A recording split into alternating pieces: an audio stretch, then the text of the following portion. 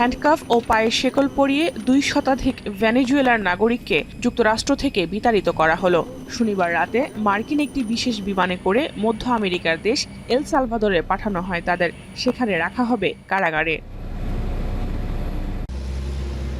এল সালভাদরের প্রেসিডেন্ট নায়েব বুকেলে সামাজিক যোগাযোগ মাধ্যমে জানিয়েছেন, রোববার সকালে ভেনেজুয়েলার গ্যাং ট্রেন ডি আরাগুয়ার 238 সদস্য তার দেশে এসে পৌঁছেছেন। এর মধ্যে রয়েছে আন্তর্জাতিক MS-13 গ্যাংয়ের 23 সদস্য। ভেনেজুয়েলার এসব গ্যাং সদস্যরা অপহরণ, ছিনতাই, চাঁদাবাজি ও চুক্তিভিত্তিক হত্যার সঙ্গে জড়িত ছিল।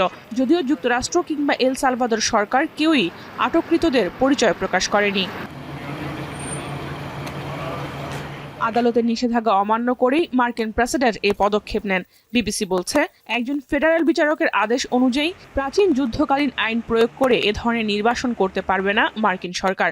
আর এই ঘটনায় উদ্বেগ জানিয়েছে মার্কিন বিশ্লেষকরা। If the administration is allowed to use wartime authorities anytime it wants to remove people, I think we are going to see more and more people being subjected to this type of Alien Enemies Act and a blurring of wartime authority with domestic authority.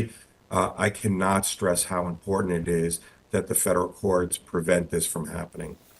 এল সালভাদরের president জানিয়েছেন, বন্দীদের আপাতত 1 বছরের জন্য কারাগারে রাখা হয়েছে। এর মেয়াদ আরও বাড়তে পারে বলেও ইঙ্গিত দেন তিনি।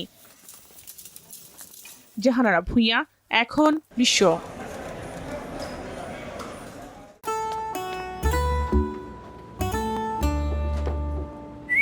এই ঈদে জুয়েলারি ক্লোদিং এ বিকাশ পেমেন্টে ডিসকাউন্ট।